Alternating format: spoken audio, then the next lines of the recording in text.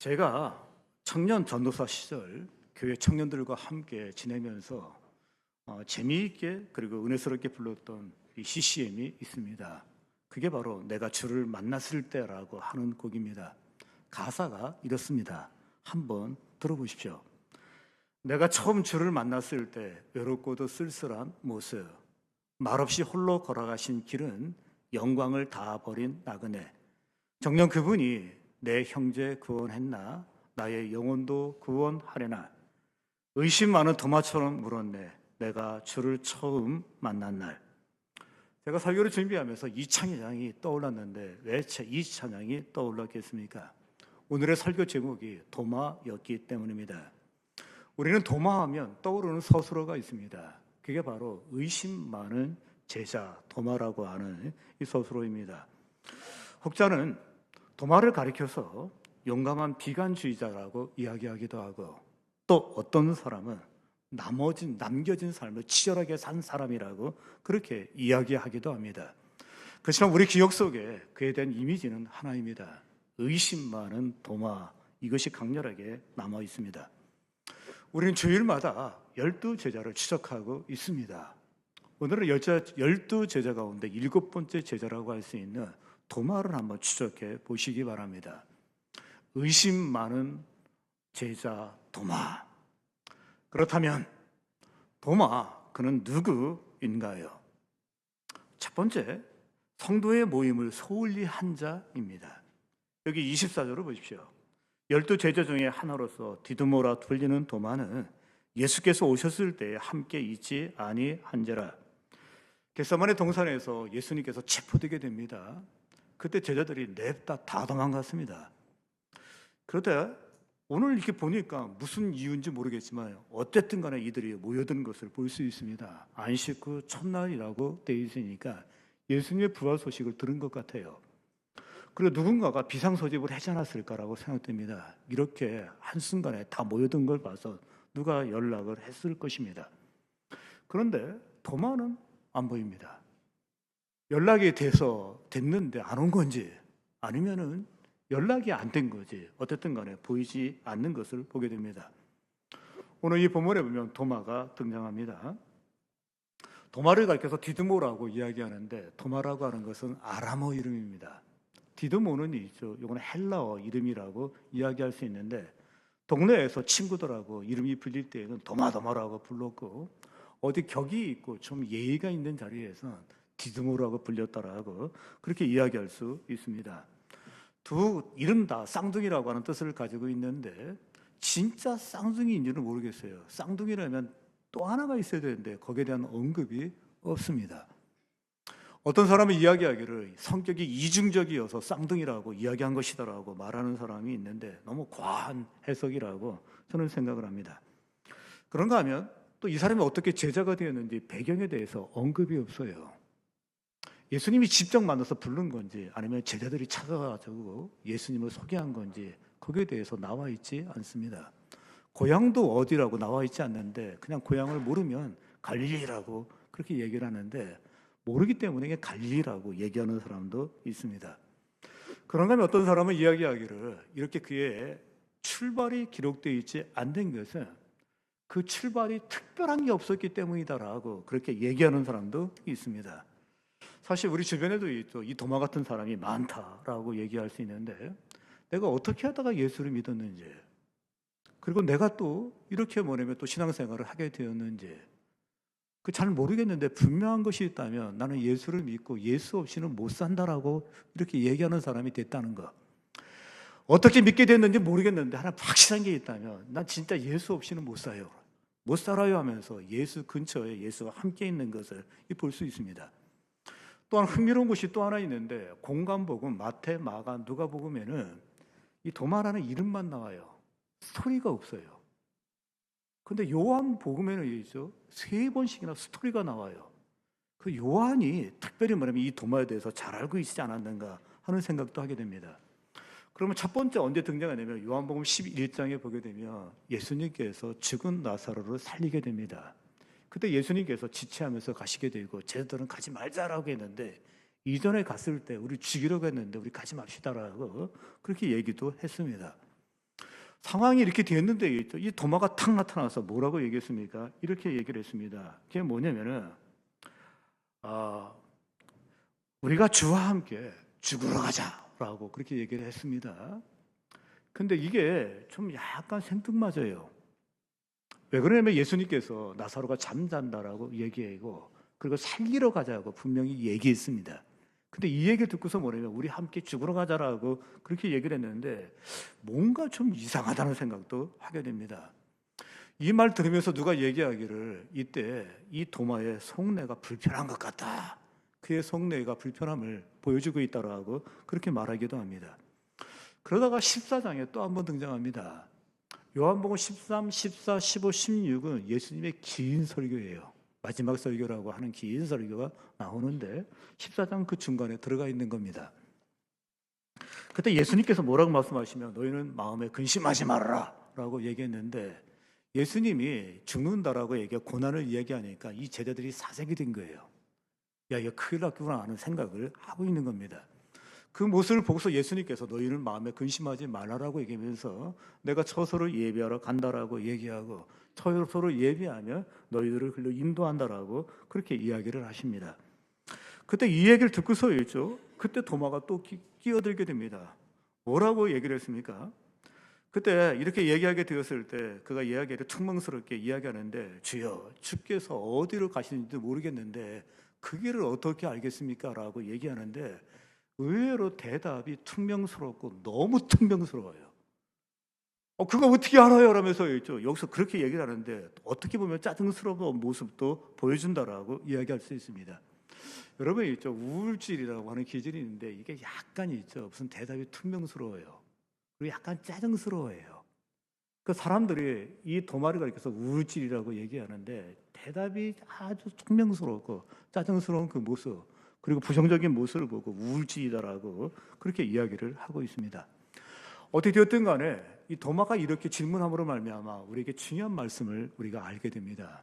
예수께서 이렇게 말씀하셔요. 내가 곧 길이요 진리요 생명이니 라고 예수님께서 이때 말씀을 하십니다. 이거 굉장히 중요한 말씀을 하신 거예요.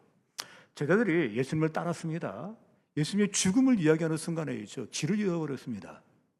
이거 잘못 간 거 아니야?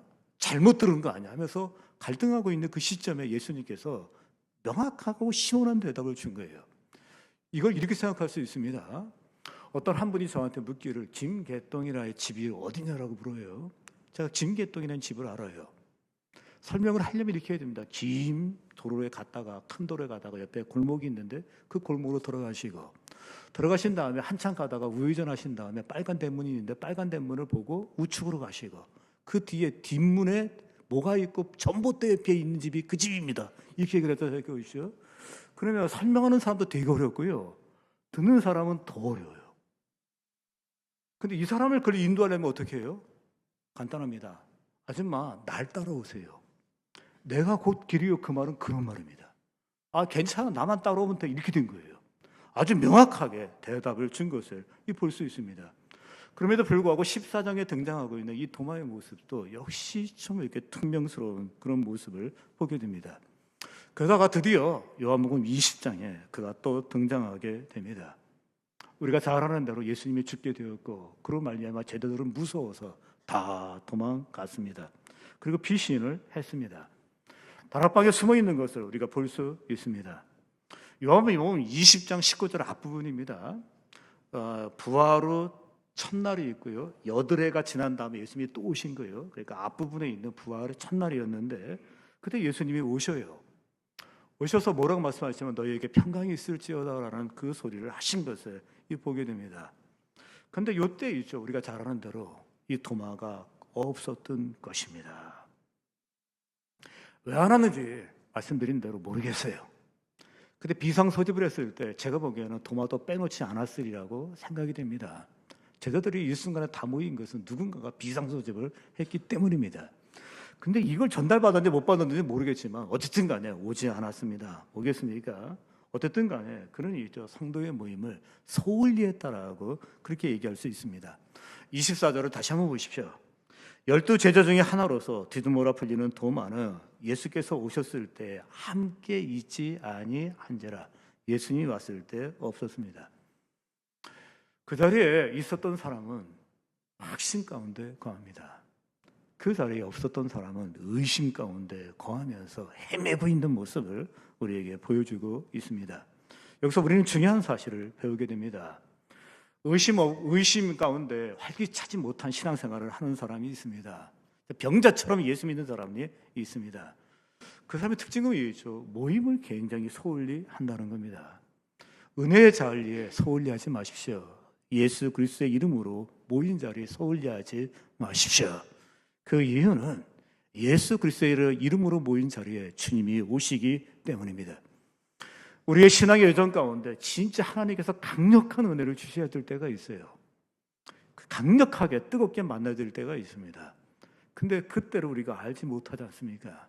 그래서 우리는 있죠. 언제 예수님께서 오실지 모르기 때문에 우리는 있죠. 이 모임, 주의 이름으로 모이는 자리에 적극성을 떼야 하는 겁니다. 전에 어떤 한 분이 교회를 오시는데 제가 보기에는 한 1년 52주 가운데 한 15번 정도 오시는 것 같아요. 근데 잊을만 하면 오시고 잊을만 하면 오시는데 이분이 계속 안 오셔요. 그래서 부인 되시는 분한테 물어봤습니다. 아무개 아버지가 왜 안 오십니까? 그렇게 얘기를 했더니 그분이 이야기하기를 KBS에서 뭐냐면 도인지 도사인지 하여튼 머리숱은 많지 않으신 분이 요한복음을 강의한대요.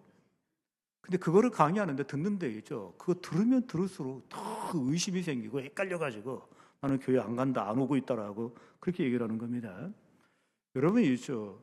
부활의 주님을 만난 사람이 부활의 주님을 이야기할 수 있지, 부활의 주님을 만나지 못한 사람이 어떻게 부활의 주님을 이야기할 수 있겠습니까? 소경이 소경을 인도하니까 어떻게 되냐면 너도 모르고 나도 모르지 이렇게 되는 거예요. 왠지 아십니까? 못 봤어요. 못 만났어요. 그러니까 너도 모르고 나도 모르고 에라 다 모른다 이렇게 되는 거 있죠. 그래서 여러분이 있죠. 어디에 있느냐? 그거 굉장히 중요하다라고 이야기할 수 있습니다. 사랑하는 성도 여러분, 주의 이름으로 모이는 곳에 자꾸 참여하십시오. 믿음은 들음에서 나고 들음은 하나님의 말씀으로 말미암기 때문입니다. 우리가 말씀에 접촉하고 그리고 은혜의 통로가 열리게 될 때 그때 우리는 확신에 거하게 될 것입니다. 의심이 사라질 것입니다. 회의가 사라지게 될 것입니다. 4월 5일 부활주의를 맞이해서 우리가 초청주를 지는 이유가 여기에 있습니다. 믿음은 들음에서 오기 때문입니다. 피곤해서 교회 못 오시는 분이 있습니다. 잠자느냐고 못 오시는 분이 있습니다. 피곤하고 그리고 믿음이 없으며 집에 있으면 믿음이 안 생깁니다. 북한산 정상에서 아무리 야호로 소리 질러도 믿음 안 생깁니다. 잠실 운동장에서 있죠. 어디 이겨라 아무리 소리쳐도 절대로 믿음 생기지 않습니다. 스타필드에서 재미난 시간을 보내도 믿음 생기지 않습니다. 그곳에서는 있죠. 믿음을 가질 수가 없습니다. 그러나 여러분 이곳에 오게 될 때 믿음을 갖습니다. 믿음은 들음에서 오기 때문입니다. 들음은 하나님의 말씀으로 말미암기 때문입니다. 이번 주에 그동안 우리가 계속 기도를 해왔는데요. 한 번 만남을 꼭 추진하십시오. 그 이해 안 될 경우는 전화라도 하셔야 됩니다. 만남이나 전화 이 두 가지가 꼭 이루어져야만 합니다. 같이 지내면서 나 옛날에 예수 믿다가 나 옛날에 교회 다니다가 지금 안 나간다 하시는 분들이 있죠. 우리가 그거 그냥 듣고 흘리면 안 됩니다. 절대로 그냥 둬선 안 됩니다. 들었기 때문입니다. 그 영혼의 아우성을 들었기 때문입니다. 꼭 손을 내미시길 바랍니다. 또한 제일 중요한 게 있습니다. 하나님 앞에서 망신당하지 말아야 되기 때문입니다. 신학교를 가기 위해서는 그때 목사 추천서를 받아야 됩니다. 그래서 자기 교회 목사 추천서를 받게 되는데 그때 신학교를 들어가게 되면 신분이 뭐로 바뀌냐면 목회자 후보생이 돼요. 목사 후보생. 용어가 그랬습니다. 목사 후보생이에요. 그래도 이 추천서를 목사 되기 위해서 추천서를 받아왔으니까 그냥 써주면 안 될 것 같고 한 번은 물어봐야 될 것 같아요. 그래서 한마디 물어봤습니다. 신학교를 가기 위해서 입학원서를 사고 왔는데 그러면 지금까지 전도를 해서 그 전도한 사람이 예수 믿는 사람이 있나요? 라고 그렇게 물었어요. 그때 이분이 있죠. 없대요.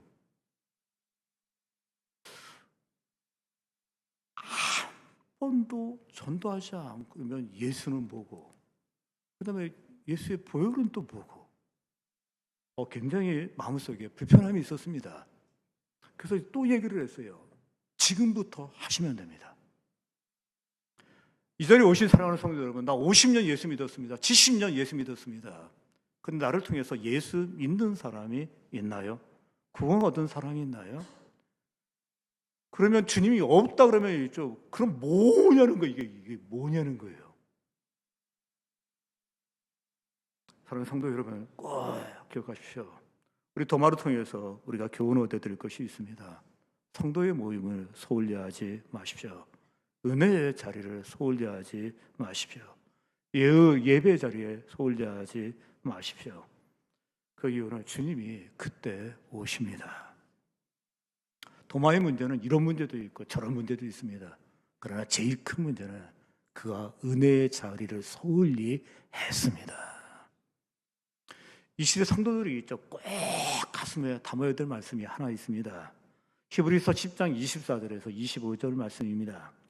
서로 돌아보아 사랑과 선행을 격려하며 모이기를 패하는 어떤 사람들의 습관과 같이 하지 말고, 모이기를 패하는 어떤 사람들의 습관과 같이 하지 말고, 이렇게 되어 있는데 어떤 사람이 아니라 내가 그렇습니다. 남 얘기가 아닙니다. 우리 얘기고 내 얘기입니다.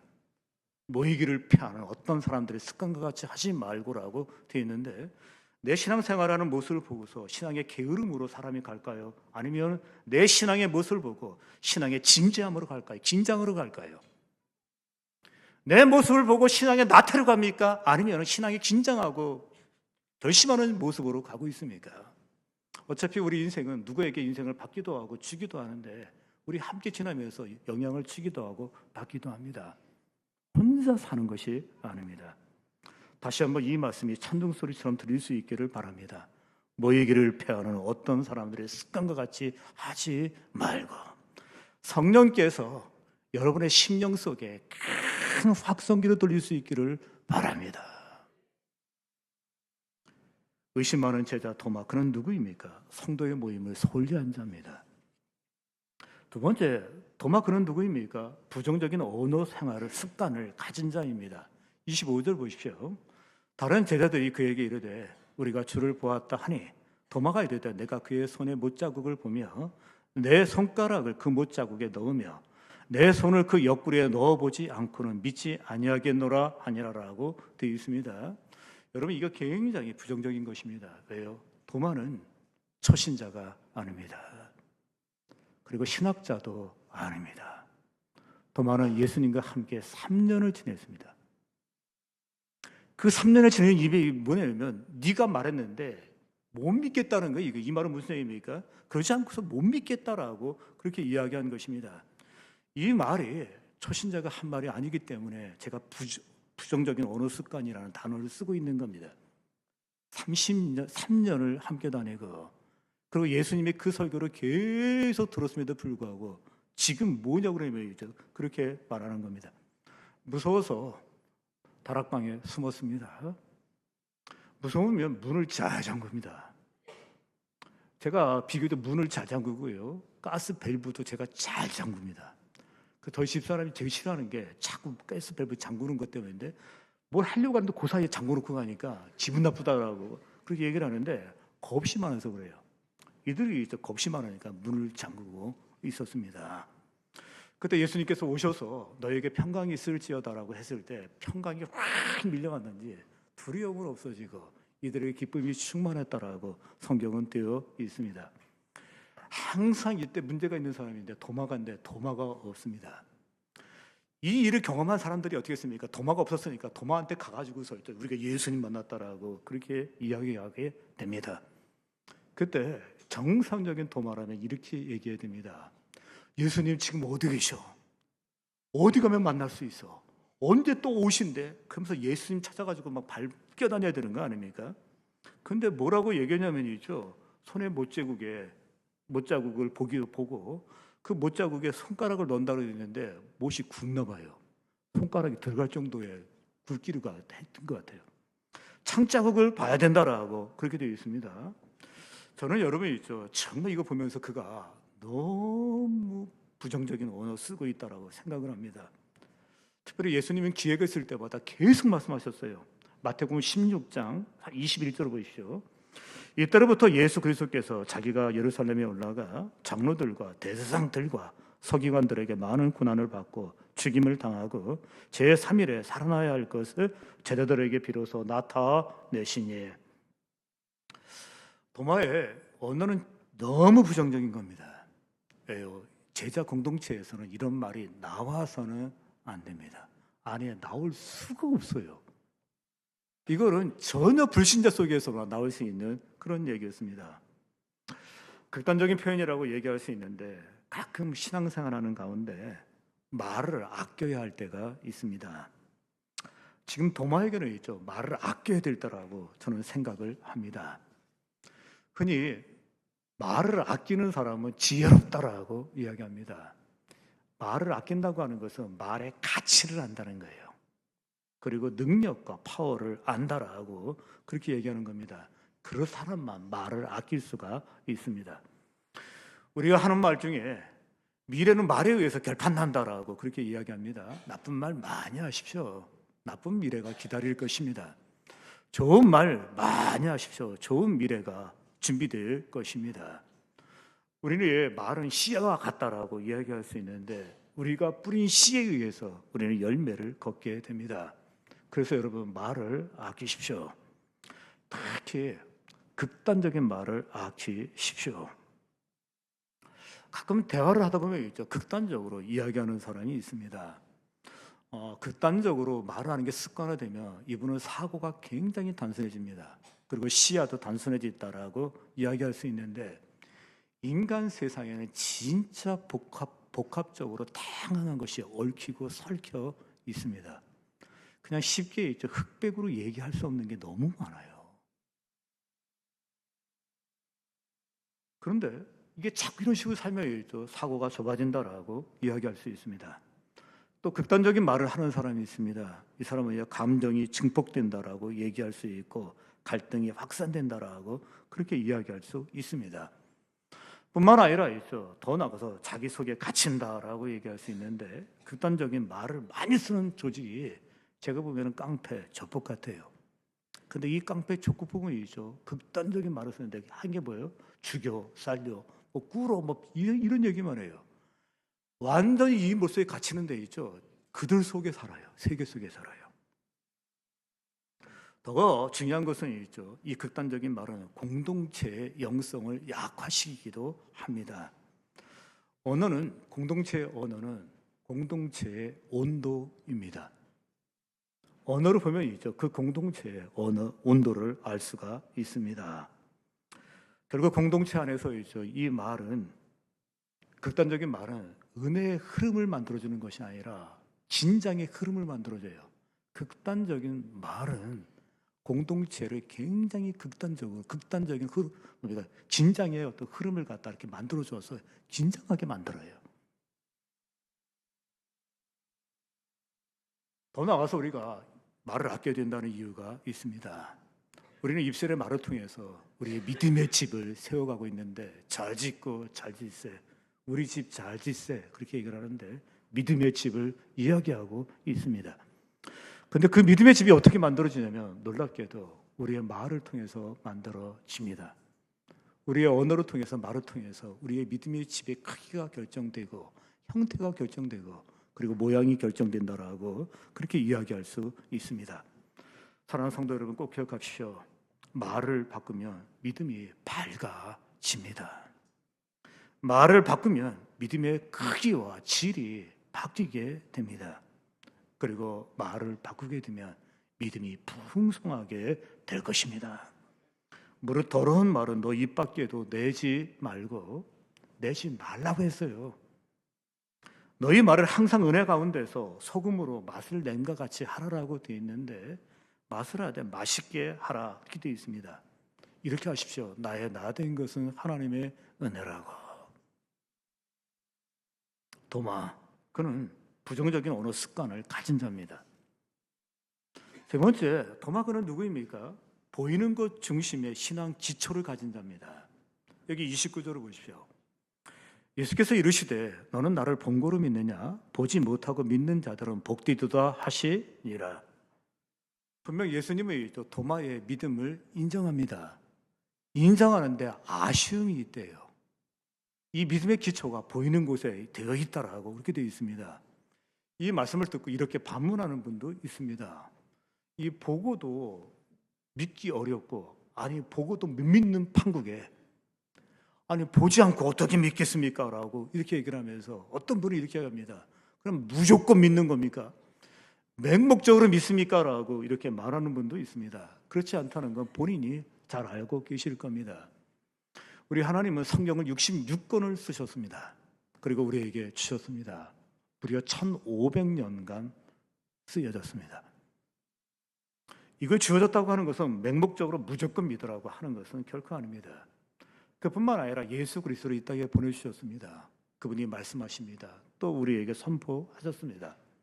지금은 성령님께서 우리에게 깨닫게 하시고 알게 하고 계십니다. 그렇다면 여러분, 무조건 믿으라 그런 거 아닙니다. 맹목적으로 믿으라 하는 것도 아닙니다. 그러면 맹신의 뜻이 아니라면 이 말이 무엇이겠습니까? 1차적으로 제자들을 염두에 둘 수 있습니다. 이미 제자들은 본 것으로 충분합니다. 됐습니다. 구원받아도 된다 이겁니다. 왜요? 예수님께서 오신 것은 짧은 기간이 왔습니다. 그리고 하나님께서 보여주신 모든 것 가운데 일부분을 보여주신 거예요. 보이지 않는 곳에 더 큰 게 있습니다. 넓은 게 있습니다.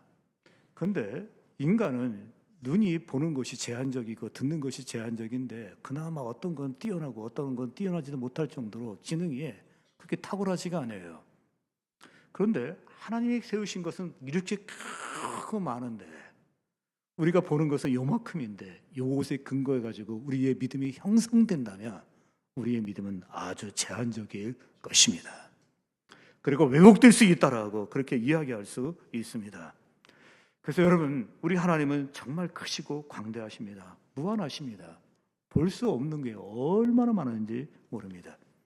그렇다면 여러분, 유한한 눈으로 보는 것으로 믿는 것이 아니라 지금 육체의 눈으로 볼 수 없는 것을 믿음의 눈으로 볼 수 있기를 주의 이름으로 기원합니다. 이게 하나님이 우리에게 은혜를 주실 때 이 가능하게 됩니다. 그렇습니다. 본고로 믿는 것이 아니라 믿음으로 보는 것이 바로 믿음입니다. 믿음은 바라는 것들의 실상이요 보지 못하는 것들의 증거예. 보이는 것보다 보이지 않는 것을 기초로 둔 신앙이 건강한 신앙이라고 이야기할 수 있습니다. 칼 세이컨이라고 하는 이 물리학자가 있습니다. 천문학자가 있습니다. 유명하신 분이에요. 근데 이분이 62세 때 암에 걸리셔요. 그 당시만 해도 그 암은 고치기가 굉장히 어려운 암이었습니다. 이제 위기를 겪게 됐을 때 전혀 관심 갖지 않는데 관심을 가져요. 그게 뭐겠습니까? 성경에 관심을 갖습니다. 그리고 복음에 대해서도 관심을 갖습니다. 원체 유명한 사람이다 보니까 원체 유명한 목사님들이 가셔서 그에게 설명도 하고 가르쳐 주기도 하고 또 토론도 하게 됩니다. 근데 참 재미있는 건이죠. 이분은 늘 이런 전제를 갖고 있습니다. 증거가 없는 한 확신한 것이 있을 수 없고 증거가 없으면 알 수 없고 그리고 확실히 알 수 없는 것은 믿을 수 없는 것이다. 한마디로 불가지론자라고 그렇게 이야기할 수 있는 도마 스타일입니다. 그래서 오랫동안 토론 많이 얘기하고 갔는데 이분이 계속 보이고 증명할 수 없는 거 그거 믿을 수 없다고 그랬는데 사랑이 있는 걸 아냐니까 안 돼요. 믿는데요. 근데 사랑이 어떻게 증명할 수 있냐니까 막 증명하다 보니까 자기도 한계에 동치하는 거예요. 사랑의 표현들이 증명되지 사랑이 어떻게 보이고 증명됩니까? 자기도 학자 양심으로 있죠. 이거 아닌 것 같다. 그러면서 있죠. 보이지 않고 증명되지 않아도 그래도 있는 건 있는 거다라는 얘기를 합니다. 결국 예수를 믿지 않고 죽습니다. 그때 부인이 이렇게 얘기했습니다. 남편이 믿음을 갖고자 한 적이 한 번도 없었다. 다만 알고자 할 뿐이었다. 이렇게 얘기한 것입니다. 여러분, 우리가 보고 들을 수 있는 그거는 제한적입니다. 그리고 작은 부분입니다. 중요한 것은 보이지 않습니다. 더 중요한 건 또 들리지도 않습니다. 그래요. 보이는 것에 기초를 세우면 되지 않고 보이지 않는 것을 믿는 이 믿음으로 나갈 수 있기를 주의 이름으로 기원합니다. 결국 이게 한계가 있기 때문에 방법이 없기 때문에 듣는 것도 방법이 없기 때문에 결국 믿음으로 나가는 것입니다. 놀랍게도 우리는 늘 이런 아심을 갖고 있습니다. 하나님 만났으면 좋겠다, 봤으면 좋겠다, 그리고 확실하게 만지고 그리고 들었으면 좋겠다는 생각을 하게 됩니다. 이런 생각을 하고 있는 사람들에게 성경은 이야기합니다. 너는 나를 본고로 믿느냐? 보지 못하고 믿는 자들이 복되니라. 이 요한복음이 쓰여졌을 때 주 90년입니다. 그러니까 예수님을 본 사람은 다 죽었어요. 요한만 용케 장수해가지고 살아있는 거예요. 그때 많은 사람들이 예수님 봤으면 좋았을 때라는 이런 생각을 하고 있었을 때 그때 예수님의 입을 통해서 요한이 분명하게 이야기합니다. 너는 나를 본고로 믿느냐? 보지 않고 믿는 자들이 복되도다. 여러분, 우리는 말씀을 통해서 예수님을 만납니다. 그리고 예수님을 믿게 됩니다. 또 예수님의 못자국을 우리가 보게 되고 만지게 되고 손을 집어넣게 됩니다. 말씀인데 그러면서 뭐라고 얘기하냐면 보지 않고 믿는 자가 복되다라고 얘기했는데 믿어져요. 제가 믿으려고 하는 게 아니라 믿어진다니까요. 그래서 뭐라고 합니까? 은혜로. 성령님께서 은혜를 주시기 때문에이죠. 우리가 믿으려고 애써서 믿은 게 아니라 믿어져서 믿은 것입니다. 저는 이 자리에 주님이 계심을 믿습니다. 그 이유는 제가 믿으려고 애써가지고 암석이어가지고 구호를 외쳐가지고서 그래서 믿어진 게 아닙니다. 어느 날 갑자기 주의 은혜 가운데 믿어집니다. 그분이 예배에 흠양하는 걸 저는 분명히 믿습니다.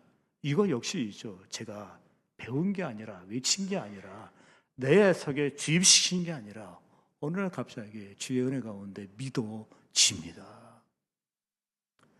이 믿어짐의 은혜가 있기를 주의 이름으로 기원합니다. 오늘 이 자리에 오신 분들 다 그런 분들입니다. 믿으려고 한 것이 아니라 믿어졌기 때문에 이 자리에 왔습니다. 예수께서 가라사대 너는 나를 본고로 믿느냐? 보지 못하고 믿는 자들이 복되도다 하시니라. 기도하겠습니다.